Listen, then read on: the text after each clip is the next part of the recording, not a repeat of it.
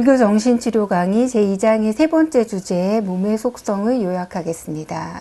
눈에 보이는 몸은 상대적으로 관찰이 용이합니다. 이 몸이라는 토대 위에 마음이 있고 마음은 대상을 향해 있으며 우리는 항상 그 대상의 영향을 받습니다. 몸, 마음, 대상을 기억하는 것이 중요합니다. 몸에는 두 가지 속성이 있고 하나는 생명활동으로 우리가 의도적으로 일으키는 것이 아니라 일어날 조건이 되면 일어납니다. 생명활동은 중립적이고 인과의 법칙에 따라 일어납니다. 몸의 두 번째 속성은 몸은 자루처럼 스스로 움직이지 않고 가만히 있습니다. 이러한 몸의 속성 중 생명활동에 대해서는 마음이 반응을 하고 자루처럼 있는 몸에 대해서는 마음이 작용을 합니다. 조금 더 살펴보면 생명활동은 중립적이고 이러한 생명활동에 대해서 마음은 긍정적, 부정적, 중립적 반응이 가능합니다. 이러한 몸의 현상에 대한 반응이 있다면 언제부터 그런 반응을 보였는지 알아보고 그에 대해서 어떻게 반응하는 것이 적절하고 자기에게 이익이 되는지를 잘 판단해야 합니다. 마음이 몸이라는 자루를 움직이는 것은 예를 들면 수행을 할 때 이제 잘 알 수가 있는데요. 걷기 명상을 하면서 관찰해 보면 발을 들고자 하는 마음, 의도가 있어야 발이 움직입니다. 의도가 있어야 몸이 움직입니다. 선정을 통해 궁극적인 실제를 볼 수 있다면 마음에서 만든 물질이 나와서 몸을 움직이는 것을 알 수 있습니다. 결국 모든 것은 마음이 만든다고 말한 데에는 이러한 이유가 있습니다. 첫 번째 질문인데요. 네. 상담이나 정신과에 오시는 분들은 마음만 아픈 게 아니라 사실 몸도 많이 아프세요. 그죠? 그래서 잠도 잘 안 오고 밥도 잘 못 먹고 소화도 안 되고 심지어 뭐 여기저기 아프다 그러는데 이 몸에 대한 통증 호소가 굉장히 많은데 그러다 보니까 이제 뭘 해야 되니까 이걸 못 하거든요. 그래서 이제 그럴 때 몸이 안 좋은 상태에서 하고 싶은 마음이 뭐 생길 때까지 또 그 마음이 좀 꽉 찰 때까지 좀 기다려야 한다. 이제 이런 말도 있는 것 같아요. 그렇지만 이 몸의 힘듦이 또 마음의 힘듦과 맞물려서 계속 악순환이 일어나니까 기다리기만 하기에는 너무 고통이 큰 것 같아요. 그래서 이 몸의 속성을 지금 알았는데 이 속성을 이해하는 지혜로 환자나 가족들 그리고 치료자가 좀 이렇게 도움이 될 만한 이야기가 있으실까요? 그러니까 이제 아까 말씀하신 그 중에 이제 몸이 안 좋을 때 이제 또 하고 싶은 마음이 안 나는데 그거를 좀 기다려야 되지 않나 하는데 아무리 기다려도 안 될 때도 있어요. 그러니까요. 네, 그러니까 이제 지혜롭게 보면 사실은 이제 우리가 올바른 노력을 많이 하고 수행을 많이 하면 몸 아픈 건 어떻게 할 수가 없어요. 이거 부러뜨리면 쌀아리가 아파요. 이건 어떻게 할 수 없는데 엄청나게 많이 하면 마음에서는 어떤 고통도 없을 수 있어요.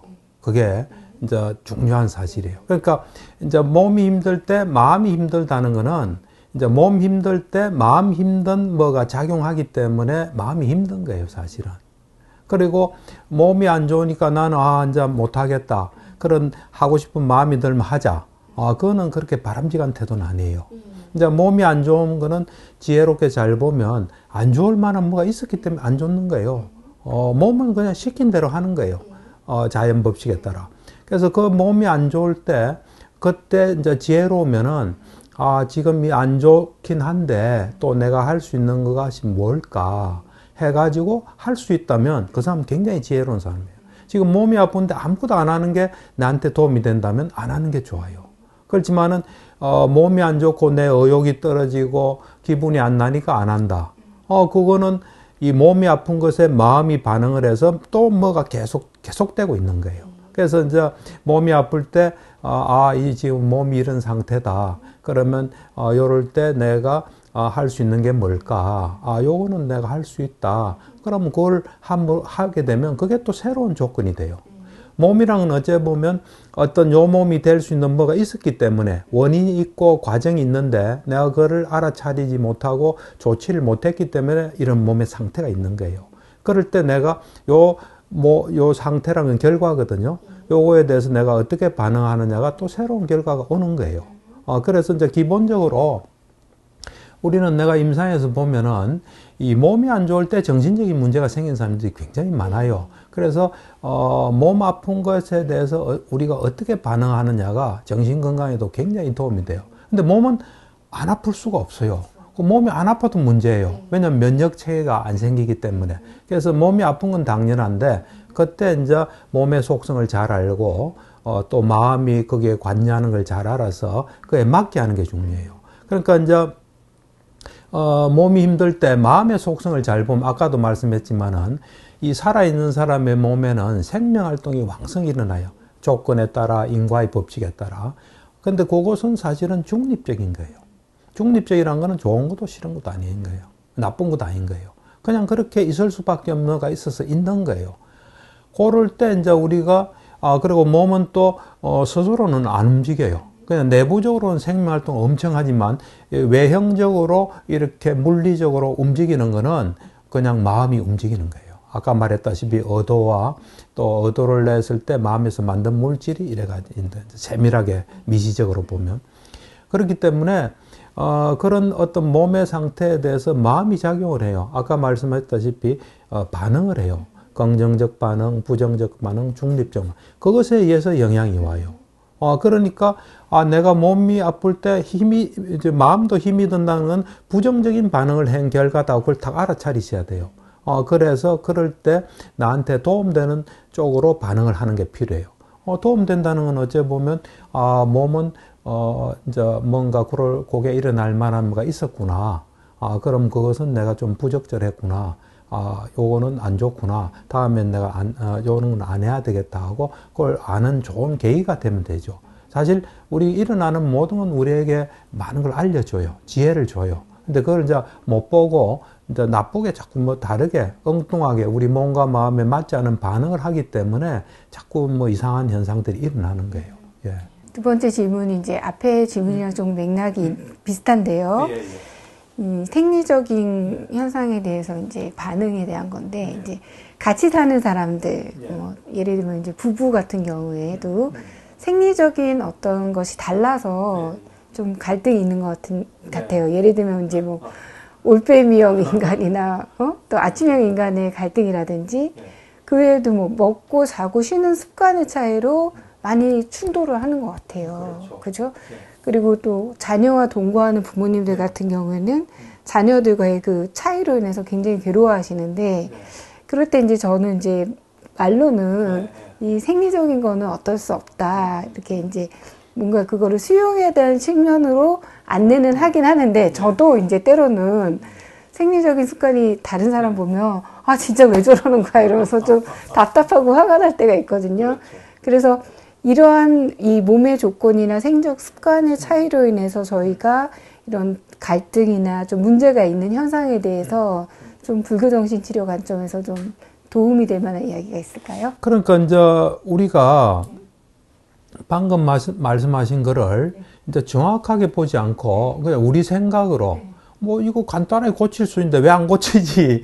이래 되면 이제 자기도 힘들고 또 상대방도 힘들 수 있는데 기본적으로 우리가 몸과 마음을 지금 먼저 아까 말씀하신 어떤 생리적인 거라면 단순히 몸만은 아니에요. 몸도 있고 또 거기에 뭔가 반응하는 정신도 있고 몸과 마음이 어떤 상태 속에 있는 거거든요. 어째 보면.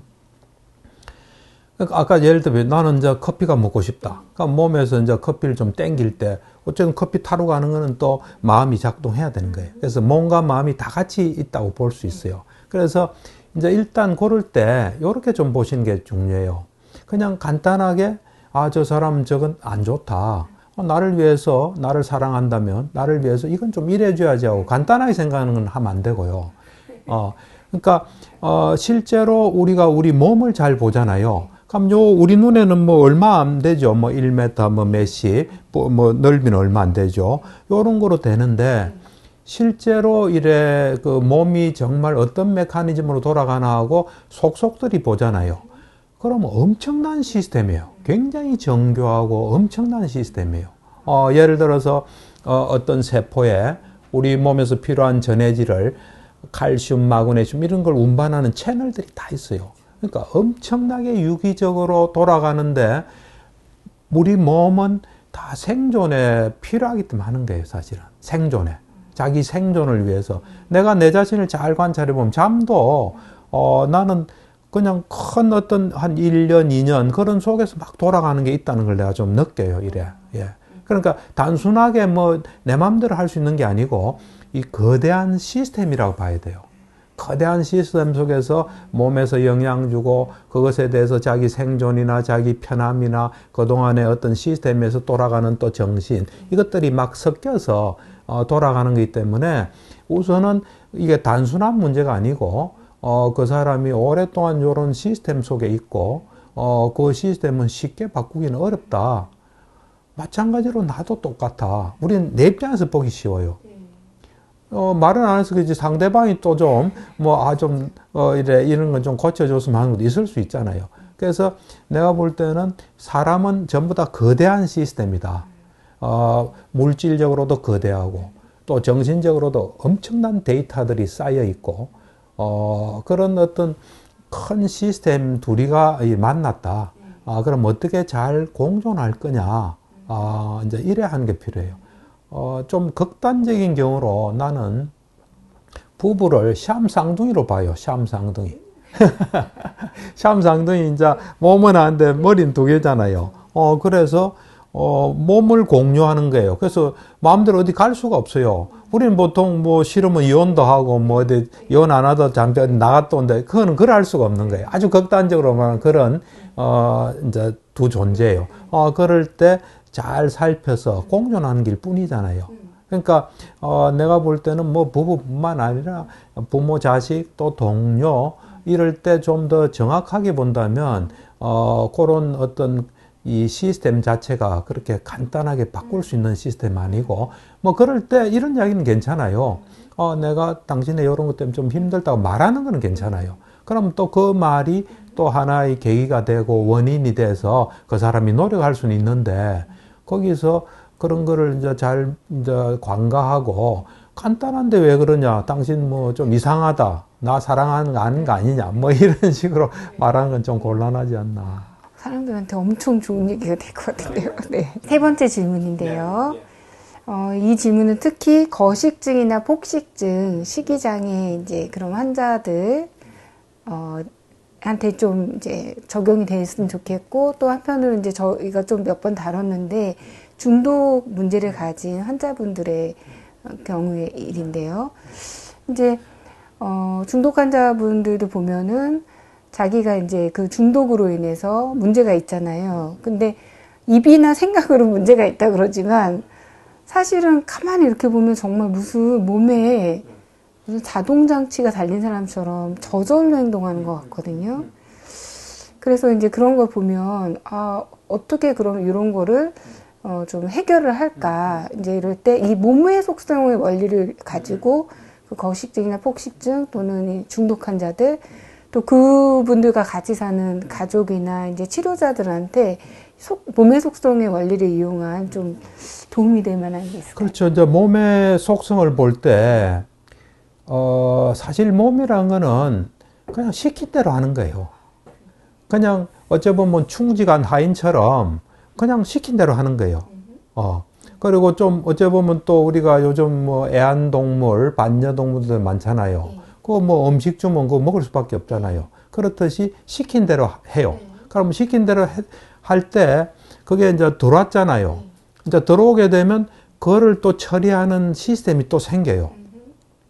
그러니까 어찌 보면 방들이 막 생기고 어떤 조직들이 생기고 시스템이 생기는 거예요. 예를 들어서 마약 같은 경우에 마약이 일단 들어오면은 마약이 이제 자기 자리를 잡는 거예요. 그 나름대로 그거 뭐 처리하고 그것에 관계된 기분 좋은 기억들 뭐 이런 것들 뭐 이러면서 하나의 어떤 세력을 형성한다고 봐야 돼요. 그러니까 우리가 뭘 하든 간에 그것은 결과를 남겨요. 그래서 이 뭐 술이나 담배나 이 대마초나 마약이나 이런 것들이 우리 몸에 들어오는 순간 우리 속에서 그놈들의 무슨 세력을 형성한다 이렇게 생각해야 돼요. 해서 그놈들이 나중에는 야 마약 넣어 이렇게 이제 명령할 수도 있어요. 그러니까 우리가 우리 몸의 속성을 안다면 우리 몸이랑은 인과의 법칙상 조건에 따라서 뭔가 들어오면 그거를 처리하고 또 그 속에서 뭔가 불가피하게 생기는 뭐 여러 가지 조직들이 있어요. 그래서 이제 그런 것들을 알면 내가 이걸 먹게 되면 나도 모르게 내 속에서 여러 가지가 나도 모르는 가운데 뭔가 이 조직들이 생긴다. 예를 들면 우리가 간첩이 하나 들어오면 간첩이 들어와서 남도 포섭하고 뭐 우리나라를 파괴할 뭐 여러 가지 조직을 만들잖아요. 그런 놈도 마찬가지라고 봐야 돼요. 그러니까 이제 그런 것들을 알고 뭐 나 이거 먹으니까 기분도 좋고 뭐 별일 없겠지 안 맞으면 되지 하지만 들어오는 순간에 뭔가가 벌어져요. 어떤 시스템이 생겨요. 그러니까 일단은 이제 이 마약 같은 경우는 내가 마약이나 뭐 우리한테 도움되지 않는 거 이걸 볼 때는 우선 지금 내가 말한 예를 들면 내가 뭔가 필요해서 조폭을 만나요. 조폭 만나고 나면 이제 그 접촉하면 조폭이 온갖 거로 내가 원하지 않는 일도 막 일으킬 수 있잖아요. 안 그래요? 그처럼 내가 이거하고 잘못 접촉하면은 내가 잘 모르는 내가 나중에는 힘든 일이 벌어질 수 있다는 좀 생각을 해야 돼요. 그러니까 그런 걸 불러들인다는 것 자체가 내가 그거로 인해서 좀 기분 좋고 뭐 자기가 이득이라고 생각하고 좋은 일로 생각하는 것보다 훨씬 더 안 좋은 일이 벌어져요. 그러니까 이제 내가 볼 때는 요런 이 마약이나 하여튼 뭐 담배, 술 이거는 두 가지가 굉장히 중요해요. 하나는 뭐냐면 이것이 나한테 손해다는 생각. 이게 굉장히 중요해요. 그리고 우리는 이 중독을 뭐 엄청나게 뭐 이래 TV에서 보는 환자들처럼 도저히 뭐 이래 그걸 거역할 수 없는 이런 상태만 중독이라고 생각하면 안 되고 엄밀한 의미에서는 내가 이걸 안 하고 싶다 할 때 안 할 수 없으면은 중독이라고 생각하는 게 좀 훨씬 나아요. 왜냐하면 안 하고 싶은데 안 할 수 없기 때문에 계속 하게 되잖아요. 그러니까 그런 거를 중독의 어떤 기준으로 좀 삼고 혹시 이제 진료실에 상담실에 그런 분이 오면 한번 당신을 테스트 해봐라. 이건 나한테 안 좋으니까 안 해야지 해서 안 할 수 있고 그거를 뭐 한 달이고 안 할 수 있으면 당신은 중독은 아니다. 그렇지만 그래서 이거 뭐 좀 그래도 안 된다면 그건 중독으로 봐라. 그리고 이 중독 쪽 이거는 중독에서 벗어날 수 있는 조건을 만들어야 돼요. 조건. 그러니까, 내가 마음으로 참겠다. 이런 건 아무 소용없어요. 그러니까, 그 일이 벌어지더라도 안 될 수 있는 조건. 또, 그 다음에 그런 거를 안 할 수 있는 조건. 이제 조건을 철저히 만드는 그런 쪽으로 해야 그 문제가 해결되지. 그렇지 않으면 쉽지 않을 거예요. 식이장애에 대해서도 좀 얘기해 주시죠. 식이장애 같은 경우는 내가 이래 보면 마음이 많이 작용하는 것 같아요. 많이 먹는 경우는 뭔가 좀 몸에서, 이 마음에서 불러들이는 뭐가 있는 것 같아요.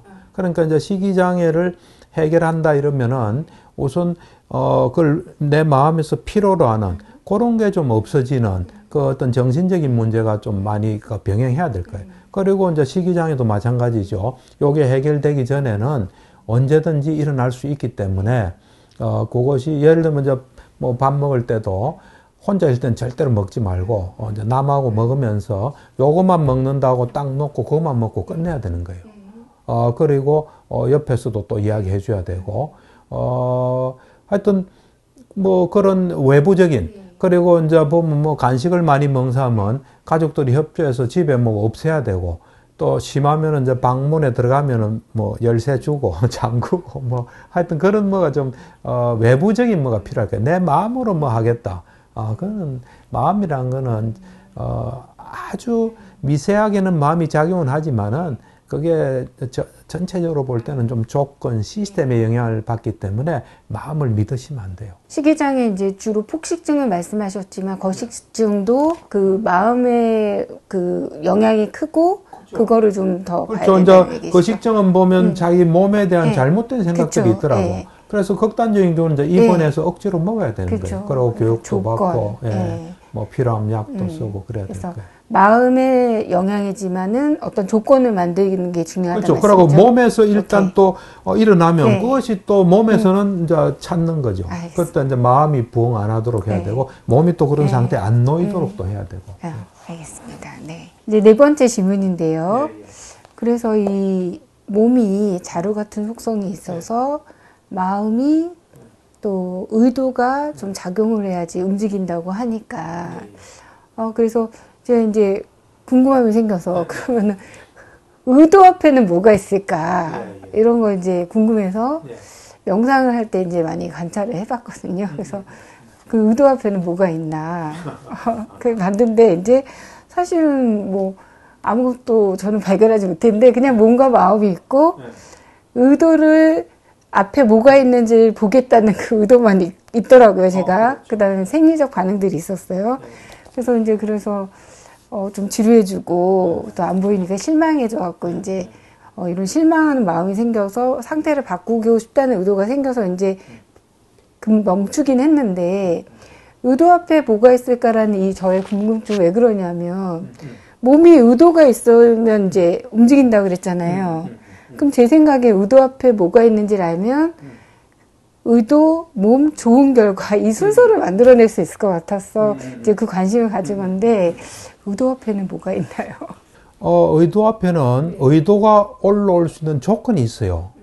조건이 있는데 이제 그 조건은 발견하기가 어려운 수도 있고 또 좀 이래 연결되어 있는 수도 있어요. 그리고 이제 이 마음 챙김이나 자기를 보는 훈련이 잘 돼 있으면은 그 앞에 미세하게 있는 걸 또 볼 수는 있어요. 있는데 보통은 보기가 어려워요. 보기가 어려운데 이제 이런 건 있죠. 예를 들어서 내가 이 말할 때 마음 챙김을 놓친다. 그러면 말할 때 내가 마음 챙김을 놓치지 않도록 해야 되겠다는 어떤 마음의 결정을 하잖아요. 그러면 말할 때 챙기다는 의도가 탁 올라올 수가 있어요. 예. 그런데 이제 보통은 의도라는 게 그냥 생각도 마찬가지예요. 그냥 탁 올라오는 경우가 많아요. 예. 근데 그게 올라올 수 있는 조건이 있기 때문에 올라와요. 요 이해를 좀 돕기 위해서 현대과학에서도 이제 자유의지에 대해서 연구를 많이 했거든요. 그걸 보니까 이제 사람들은 내가 이 물컵을 들어야지 하는 그 순간이 의도의 시작으로 보는데 이 뇌를 가지고 해보니까 이 최초로 내기 이전에 한 뭐 1초 전이나 뇌에서 어떤 신호들이 와서 그 다음에 하는 걸 봤어요. 그러니까 우리가 뇌에서 일어나는 신호는 알기가 어렵잖아요. 그렇잖아요. 그러니까 사실 의도 앞에 뭐가 있는 거는 보기가 쉽지는 않고 자기가 의도 앞에 뭐가 있나 하고 생각할 때 그때는 거기에 마음이 딱 가 있는 거예요. 거기 마음이 가 있기 때문에 앞에 거는 보기가 어렵죠. 예를 들어서 내가 이제 가끔 생각은 내가 하는 게 아니라 조건에 따라 일어난 건 한다 하면서 진료실에서 자, 눈 감으시고 무슨 생각을 해보세요. 되면 빨리 말하세요 하면 말해요. 그럼 그 생각 앞에 뭐가 있었습니까? 뭐 없었다 그래요. 그럼 내가 말할 때 이 생각이 올지 다른 생각이 어떻게 알 수 있습니까? 할 때 우리가 엄밀히 이제 자기 질문에 그럼 그 생각 앞에 뭐가 있었나 할 때 우선은 크게 보면은 자 이제 한번 생각해 보세요. 하는 게 뭐 조건에 관계되지만 요 구체적인 게 올라오기까지는 알 수는 없잖아요. 그러니까 뭔가 있긴 있었던 거예요. 있었는데 그건 보기는 힘들어요. 예. 그러니까 뭐 그 정도로 이해하고 그런 관찰을 한 거는 아주 좋은 관찰이에요.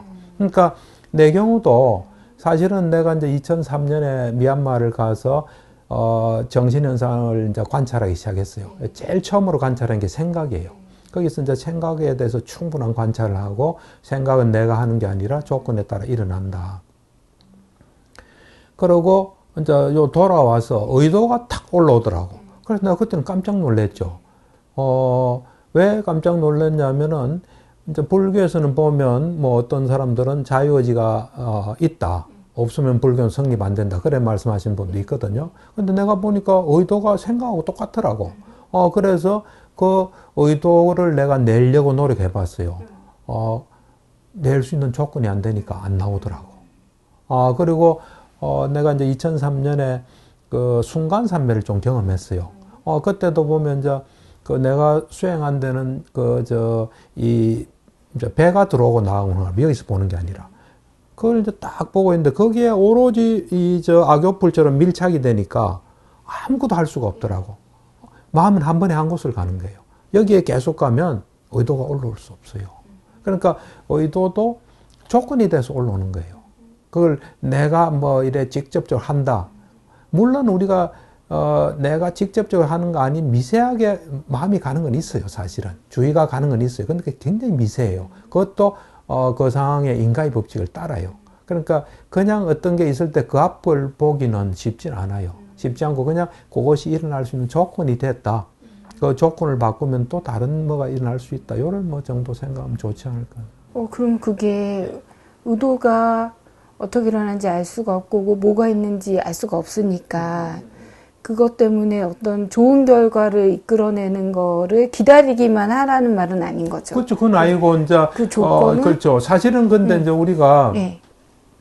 몸을 움직이는 의도라는 거는 사실은 의도는 마음이 있을 때마다 다 있어요. 정신에 전부 다 의도 없는 정신은 없어요.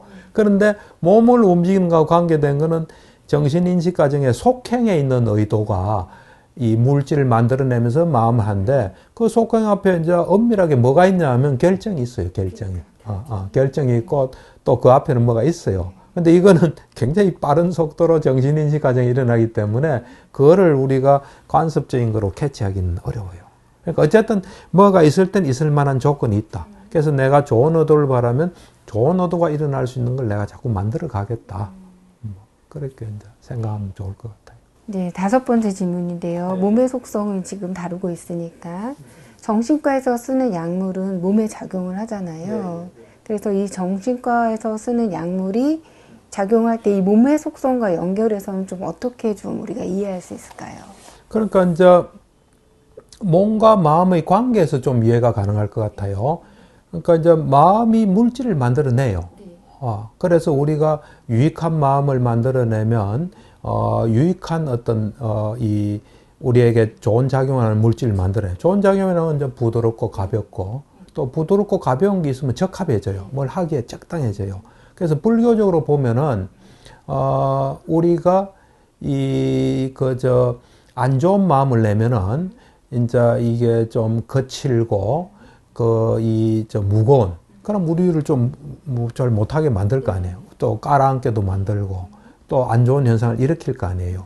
이제 그렇게 우리의 마음에서 그 물질 현상이 있기 때문에 거기에 뭔가 조치를 취할 수 있으면 도움이 될 거 아니에요. 그렇듯이 이제 그 약물이란 건 이제 이 현대 정신의학에서 이제 개발한 약물에서 개발된 거 아니에요. 그걸 이래 보면 그러니까 이제 사실은 이 초기 불교에서 설명하는 거하고 현대 과학에서 설명하는 거는 이 좀 용어나 그거는 좀 달라요. 근데 내가 볼 땐 통할 수 있어요. 왜 통할 수 있냐면은 사람이 이제 유익한 마음을 내면 이제 가볍고 부드러워져요. 그런 물질들이 나오니까 뭘 하기에 적합한 상태가 돼요. 그러면 생기 있게 자기 원하는 대로 할 수 있잖아요. 근데 그렇지 않을 때는 무겁고 거친 물질이 나오면 뭔가 잘 안 돼요. 꺼끄럽고. 그러니까 우리를 설명한 데는 이해가 충분히 돼요. 그런데 이제 약이라는 건 또 현대 과학의 그 약리학, 약에 대한 설명이기 때문에 굳이 이제 좀 이야기를 한다면 우리 정신이 어떤 상태냐에 따라서 신경세포에서 그 시냅시스라는 게 있어요. 거기에서 우리 정신 상태에 따라 물질이 좀 달라져요. 신경 전달 물질이. 예를 들면 불안 같은 가바라는 게 작용을 해요. 그 다음에 이제 우울하면 뭐 세로토닌, 그런 것들이 이제 변화가 오기 때문에 거기에 변화를 주는 약물을 쓰면은, 그게 좀 그게 와요. 왜냐하면 우리가 정신으로 이 물질은 이제 시작돼요. 물질이 먼저 되진 난 안다 봐요. 정신으로 물질이 시작되는데, 이 물질은 또 정신에 영향을 줄 수 있어요. 그래서 이제 약을 쓰는 게 필요한데, 그러니까 그런 그 약물을 굳이 한다면, 이제 이 초기 불교에서 하는 그 설명과 여기서는 서로 쓰는 용어도 다르지만 어쨌든 정신이 물질에 영향을 준다는 거 아니에요. 그리고 이해는 가능하잖아요. 그 초기 불교에서 말하는 그 이 유익한 마음일 때 부드럽고 가볍고 적합한 상태가 되면 문제가 없잖아요. 그 반대면 이제 거칠고 무겁고 그래도 뭐 잘 뭘 못하잖아요. 이게 설명이 가능한 거예요. 그래서 그 이제 요런 측면에서 이제 저 약을 쓴다고 이래 볼 수는 있죠. 그런데 이제 근데 물질이 그러니까 마음이 물질을 이제 만들어내서 움직이고 그다음에 또 영향을 주고 영향을 이제 주는데 근데 이제 예를 들면 약 같은 거는 사실은 뭐라 그래 물질이 딱 있는 거잖아요. 그래서 제가 그래서 궁금한 건데 그러니까 어떤 그냥 약 없이 마음을 내도 되는 건데 굳이 이렇게 약을 써야 되는 건가? 그러니까 이제 나도 환자들한테 이런 이야기를 해요. 어떤 이야기를 하냐면 당신이 지금 안 좋은 상태에 있다. 이거는 당신이기 때문에 있는 건 아니다. 요 안 좋은 상태가 올 수 있는 뭐가 있어서 왔다. 그래서 요 상태가 없어질 수 있는 올바른 노력을 하면 이건 없어진다. 그런데 그냥 요 상태에서 올바른 노력을 꾸준히 할 수 있으면 본인이 원하지 않은 약을 먹을 필요는 없다. 그런데 안 좋은 상태가 올바른 노력을 하는데 방해를 줄 수 있어요. 예를 들면 공황장 같으면 지금 죽을 것 같은데 뭐 올바른 노력을 어떻게 해요? 그러면 이제 약을 먹으면서 올바른 노력을 하면 올바른 노력의 힘으로 정신이 강해지면 약 쓸 필요성은 줄어들고 뭐 그래 이제. 맞아요. 그래서 같이 가면 굉장히 파워풀한 것 같아요. 내가 볼 때는 오늘날 부처님이 오셔도 뭐 필요한 사람한테 약 쓰라 할 것 같아요. 네, 6번째 질문인데요. 이제 몸의 속성을 이해하는 과정에서 몸과 마음의 관계 이런 걸 보면서 그 윌리엄 글래스의 이제 현실 치료가 이제 떠올랐는데 이제 현실 치료에서는 이제 우울한 사람은 우울증에 걸렸다라는 거 그런 전통적인 개념을 이제 거부하면서 우울한 사람은 우울한 행동을 지금 선택하고 있는 거다 이런 주장을 하잖아요. 그래서 이런 몸과 마음의 관계에 대해서 이제 불교 정신 치료가 설명하고 있는데 이런 현실 치료와는 좀 어떤 차이점이나 좀 비교할 점들이 있을까요? 그러니까 이제 그 현실 치료가 보면은 요런 데 기반을 두고 있는 것 같아요. 우리에겐 누구나 욕구가 있다는 거예요. 예를 들면 뭐 사랑받고 싶은 욕구, 또 생존해야 되겠다는 욕구, 뭐 재밌고 자유롭고 힘도 가지고 싶은 이런 게 이제 있다는 거죠. 그 욕구에 의해서 뭘 선택한다는 거죠. 그러니까 욕구에 의해서 선택을 했으니까 그건 자기가 책임져야 된다는 거예요. 그러니까 내가 볼 때는 뭐 이래 그 어떤 현실을 중시한 점에서는 이것도 상당히 도움이 될 것 같아요. 근데 이제 내가 볼 때는 거기에서 이제 요 현실 치료에서는 내가 올바르게 보고 그에 맞게 하면 다 이루어진다. 이런 걸 가지고 있으면 나는 곤란하다 봐요. 왜 그러냐면 사람은 내가 이걸 해야지 한다고 다 되는 게 아니에요. 어떤 조건이나 여러 가지 어떤 인과의 법칙이 작용하는 거거든요. 그래서 어째 보면 현실 치료에서도 큰 틀은 이래 가지고 있지만 안 될 때 안 되는 현상을 잘 봐야지 누가 선택했다. 얼마나 좋은 선택할 수 있다. 물론 거기서도 이제 자기 파괴적이고 비효율적인 선택은 하지 마라 하면서 이래 뭐가 맞게 찾아가는데 거기에는 어쨌든 우리 정신은 우리 마음대로 할 수 있다는 그런 전제가 좀 깔려 있을 수 있어요. 그거는 좀 곤란할 수 있어요. 아주 심하게 이야기하면 우리는 태어나서부터의 영향으로 뭐가 일어날 수도 있고 또 그 이전에 뭐에서 일어날 수도 있어요. 그러니까 어쨌든 뭔가 일어나는 걸 잘 보고 거기에 따라서 뭘 하는 거는 좋은데 그냥 거기에 딱 멈춰서 현실 치료에서 욕구를 충족하기 위해서 당신이 이걸 선택했으니까 당신 다른 거 선택하면 된다.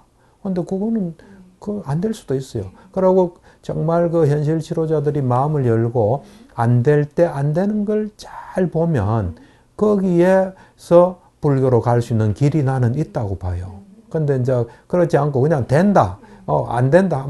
뭐 안 돼가지고 내담자가 가면 저 사람 문제다. 이러면 좀 곤란하겠죠. 그러니까 우리가 우리 자신을 정확하게 보는 건 필요한데 그 현실 리얼리티 테라피 이거는 이제 하여튼 현실에 포커스를 두고 있고 나는 그거는 뭐 좋은 거라 봐요. 근데 이제 그것을 출발해서 안 될 때 왜 안 되는지 그 요인들을 잘 보고 거기서 정말 작업을 할 수 있다면 뭐 좋은 치료가 아닌가 이제 이런 생각이 들어요.